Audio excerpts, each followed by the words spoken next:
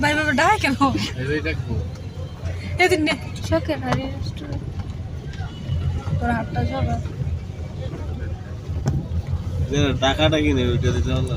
এদিন ডাইকে নিয়েছে আসে না আসতেছে